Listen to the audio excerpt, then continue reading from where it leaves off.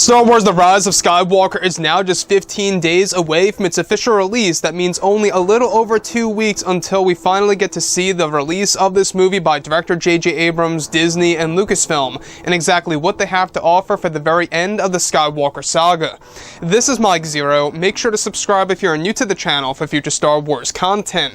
Now, one thing about Episode 9 that a lot of fans are very worried about is, of course, exactly how J.J. Abrams is going to utilize this movie, how it's going to connect to the prequels and the originals, how it's going to change how we view the past 8 Star Wars films. In case you guys did not know, there will be parts in this movie that will retcon elements of the prequels and the originals, so that's one thing to be a little worried about when it comes to the Skywalker saga. Now, with that being said, the ending of Episode 9 is a very important piece for Disney and Lucasfilm and to the Star Wars community, and things really aren't looking too bright for the final moments of Episode 9, as Disney and Lucasfilm have their own plan and their own agenda for, of course, the Rise of Skywalker's ending in the final frames of this movie that are actually going to determine exactly what this movie really means. Now, specifically, it's explained that through many of the reshoots and rewrites of the film during the months of August, September, and October is when many changes and adjustments were made to the second and third acts of the film by Disney and Lucasfilm. It's explained that many segments of the third act have been changed by Disney and Lucasfilm to fit their narrative and to adjust the overall tone of the movie that would cater to a general audience.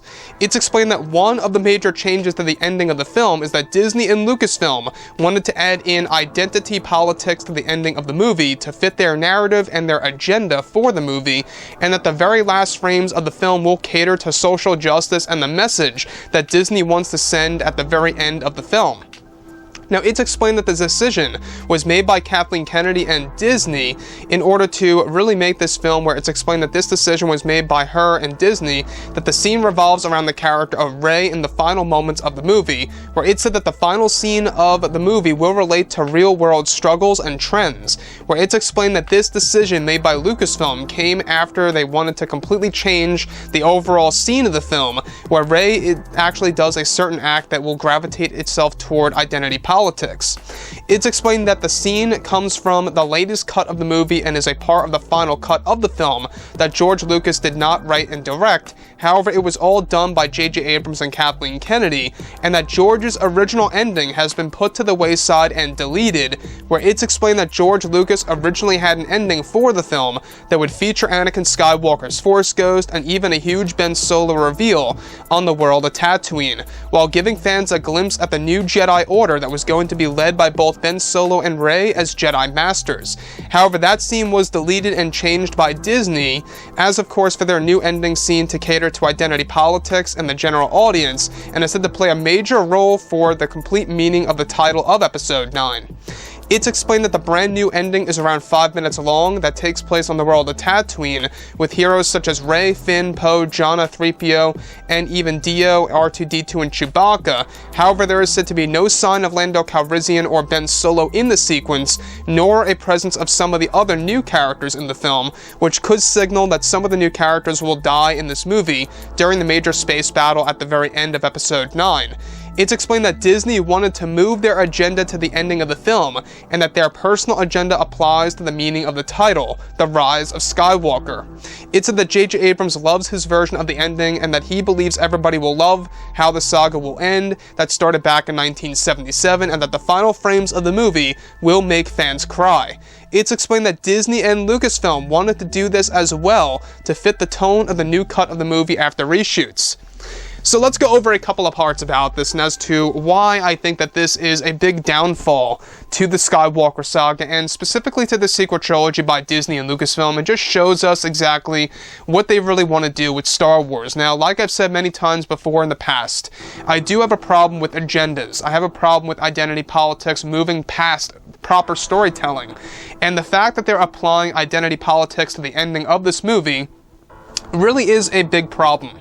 It tells us that they don't really care about the Star Wars fans, and that they really only care about sending out their message to the actual real world, that they're using this movie basically as a vessel, if you will, to send this message to send this message to around the entire world. Now, the thing about Disney and Lucasfilm, this isn't the first time that they have done this. They've done this, you know, with The Last Jedi. They've done this with other Star Wars films, a little more low-key than others, but Disney and Lucasfilm continue to do this with other forms, you know, such as books and novels, lightly, as well as elements even over at, you know, Star Wars Galaxy's Edge here and there.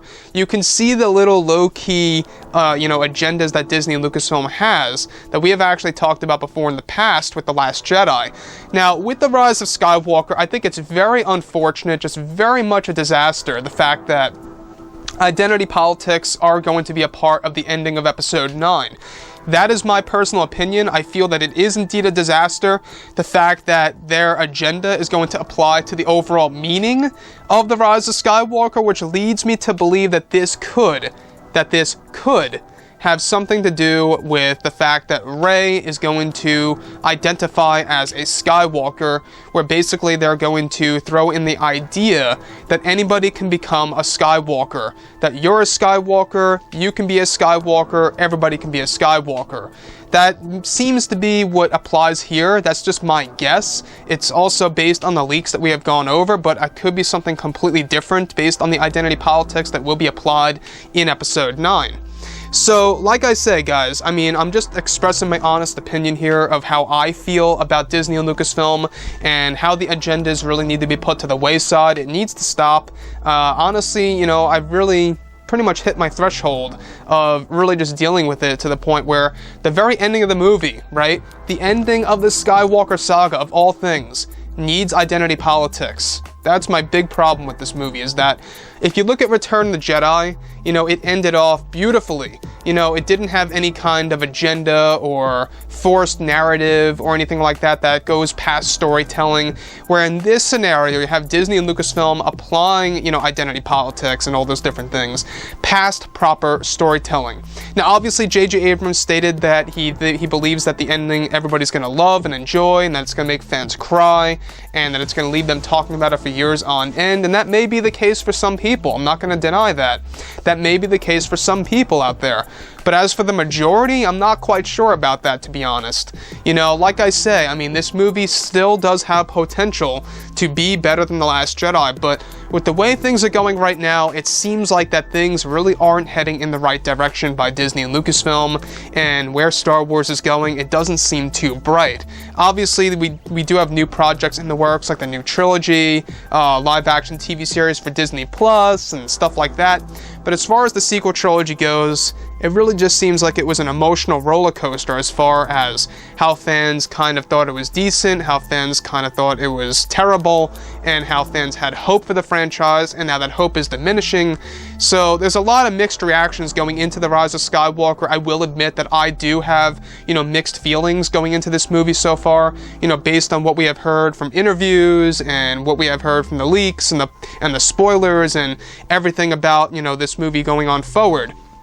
So I just wanted to talk about this today because it is something that I believe should really be put to the wayside, where we can finally have Hollywood films that focus purely, 100% purely, on proper storytelling. That's where you get good movies. Look at Terminator Dark Fate and then compare that to Terminator 2. You see the comparison there? You know, when you look at those two movies, that was another problem that I had with a Hollywood movie, was Terminator Dark Fate. I don't know if you guys had a problem with it, but I personally did.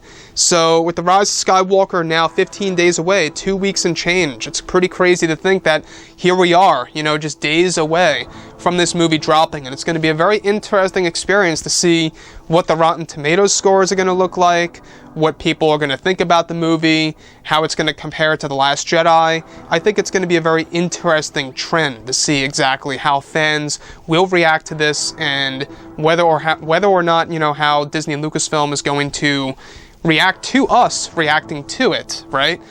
So with that being said, guys, I would like to hear what you all have to say about the ending of Episode 9 and how identity politics will be involved in the final frames of Episode 9 and all. And if you guys did enjoy the content for today, do make sure to drop a thumbs up on this video to support the channel. I thank you all so very much for the kind support, and I'll catch you guys next time.